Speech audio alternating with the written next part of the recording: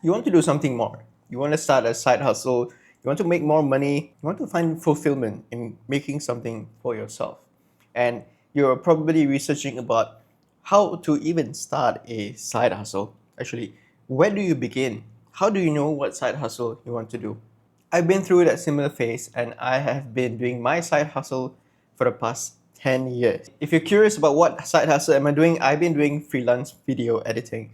Now, in today's video, I will walk you through exactly how did I come up with that video editing side hustle all the way to making my first paycheck. I learned everything from the ground up, doing my own research and even just doing mistakes in my side hustle and then learning from it.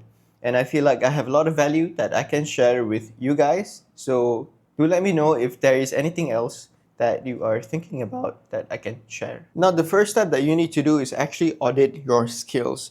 These are skills that you can immediately leverage on. You don't have to spend time actually learning them or developing them. These are skills that you already have that you can use. Actually sit down and write them down. And in this moment, you might feel a bit of like imposter syndrome because you don't realize what skills do you actually have. I'll give you an example. So let's say you are a clean person who maybe you're even a bit OCD. You like to arrange things, you like to keep things tidy. Not everyone has that skill. Some people don't like to tidy. Their rooms are a mess all the time. And these are the type of people who will hire you to help them clean their room, arrange their closet. And in fact, there are already side hustles around you that offer this service. Go to Facebook Marketplace, search them up, it's right there. Or maybe you went to engineering school and you have acquired soldering skills. So recently, my MX Master 3S, the buttons stopped working. So naturally, I searched up on Facebook Marketplace any mouse repair service, and lo and behold, there were a few of them offering that service. I contacted them. The transaction was very simple. They gave me the code. I gave them the mouse. 2 days later, it's fixed. So if you have soldering skills, you can help people repair their electronics, whether that's a mouse or a computer. Up to you. What do you enjoy doing and what is your skill? Leverage things that you already have. Try not to think about developing new ones just yet. For now, use what you have because the whole point of side hustle is you want to make it easy for yourself to make money on the things you already have, not spend and hope that eventually you will make money. Now, the next step is actually research. You need to research what the people in your side hustle niche are actually doing. How do they sort of price the services? How do they market their services? And you need to understand how the market is going for you to sort of win in that niche. So what you can do is find some of the businesses that is doing what you are doing, literally copy paste all the information that they're doing into ChatGPT or any AI software that you're using.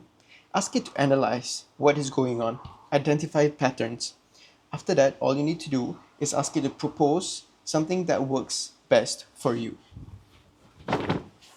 Now, in terms of asking what is best for you, this can revolve around your branding. How would you brand your company or your freelance? Do you need a logo? What are your colors? Because what's funny is sometimes when I'm driving, I see some shops that don't look right. For example, a clinic that it's black and red. I swear to God, I've seen this before, and it's the weirdest thing ever.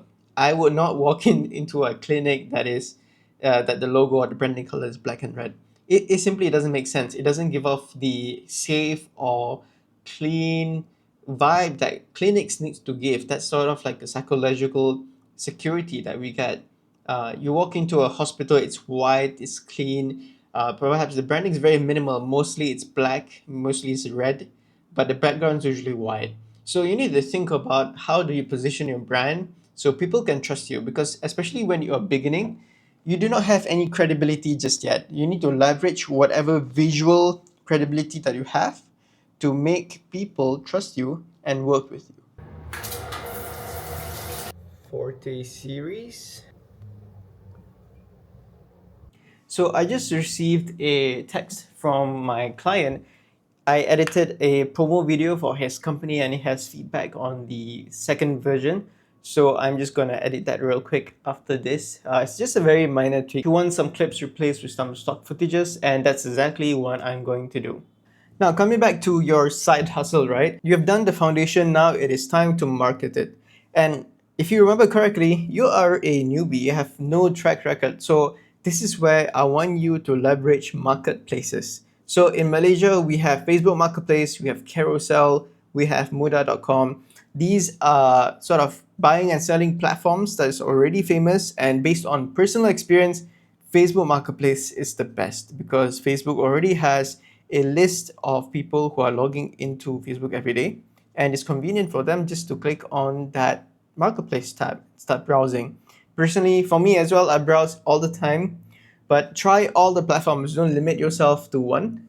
Diversify, and this is where you find your first client. In the description, tell who you are and what do you do. Make sure your services are clear, and if you can, put your prices in the description itself, and also add an option if you want a custom sort of plan for that particular person. Look, your aim shouldn't to be spending any money. You are at the beginning stages of your business. Try your best to not spend any dime at all. Use anything at your disposal. You want to create content, use your phone. You want to edit, use your current laptop. You want to start marketing, use your social media.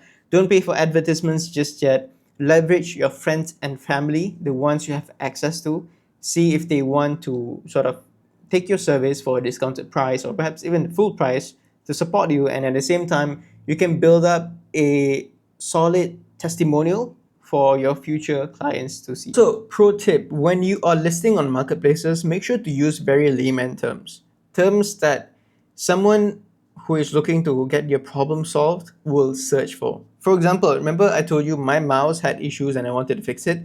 I searched mouse repair, and that's exactly who I found. The advertisement wrote mouse repair, and the description was very clear, and the testimonials seem very trustable. The pictures seem good, so I texted the person and I found him. But if he would have put anything else, like for example, button repair or something like that, even something slightly more complicated, the layman maybe will not think about that. You, as a professional, you would, but the common person probably will not. So make sure your listing is straight to the point, clear as possible, and very searchable. These are the words that people will use to search your service. All right, I just finished editing my client's video, and thank God it was an easy edit, so I got it out of the way. It's exporting right now. I'm not sure if you can hear, but my computer is basically taking off because the fans are spinning. Anyway, I would like to continue about the tips on how to market, right? So that you have done the marketplace part. Now, the second thing that you can do is actually join free groups on Facebook, or I don't think Instagram has any groups, but for the most part, Facebook has been quite effective. So you can join entrepreneur groups on Facebook and share your story. So one catch is, do not try to hard sell at all in any of these entrepreneur groups. You will get banned, and for the most part, your post will be taken down. Instead, use this as an opportunity to introduce yourself. Who are you? What is your expertise? What services are you offering? Why are you offering these services? Why are you conducting this business? Be very genuine, share your story. And you can see a lot of other entrepreneurs resonating with the story you share, or perhaps they actually have a problem that you can solve. So, this is where they can contact you either via DM, or perhaps it can even be some sort of business collaboration down the road. So, leverage these free groups, be genuine, be nice, share your story, and you might get opportunities from there. So this is how my timeline looks like. So this is a promotional video for my client's company. The video is about 2 minutes long, and it's mostly overlays with either stock footage, or it can also be some of the footages from the client. One issue that I noticed is some of these businesses, they do not actually have a lot of materials that I can use to leverage on. So I need to be creative in finding stock footage that doesn't look too fake, and that's quite limited. So, to the businesses out there, document everything. It doesn't matter if you will eventually post it or not, but the point is you have it because at the end of the day, it might actually become useful. Take more videos because you can always screenshot that video if you want a picture. It's easier just to take a video. Okay, so if you did step 3 and step 4 well, which means you've gotten your first client.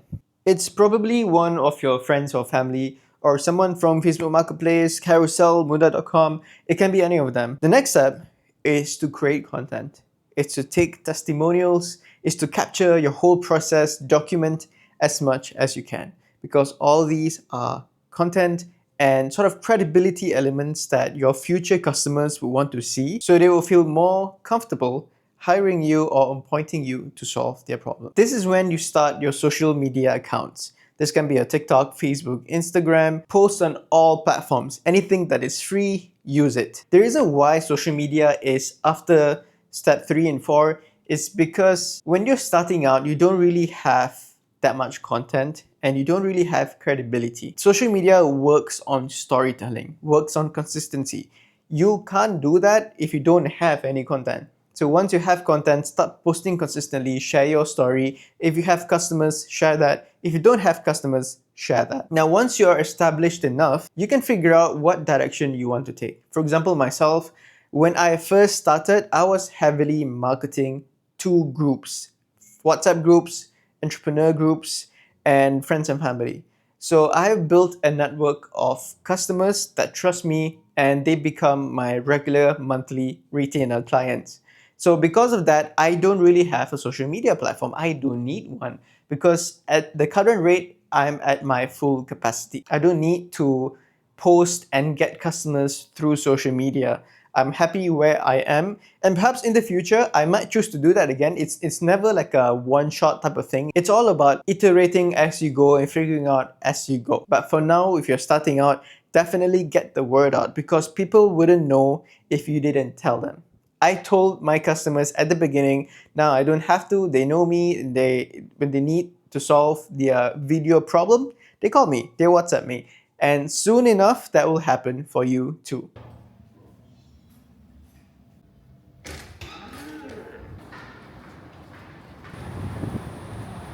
So the last part of side hustling is essentially make sure you have a schedule, because at one point, if you are lucky, you will get a lot of jobs and your schedule will be very packed, and this is how you end up getting burnt out. So the point is to basically know what is your capacity. Let's use the mouse example again, right? Let's say you finish work at 6, come back home, gym, shower, blah blah blah, and you finish and you are free at 9 p.m. So you have about 9 to, let's say, 11, which is 2 hours. In that 2 hours, how many mouse or mice can you repair? Let's say 3, and you times that by 5 days a week, and then plus the weekends as well. So this is how you know your capacity. You should time block so you do not think about when will you actually do the work. This is your schedule. Make sure you follow it. Make sure you don't exceed it. And if you do exceed it, then it's time for you to change up some things, perhaps even hire someone to help you. But that's about it. That's how you manage side hustles. And let me know in the comments if you have any questions about anything specific, about how you manage your finances, how you talk to your clients, how do you price, because every single one of these things is a topic on itself, and I'll be happy to share.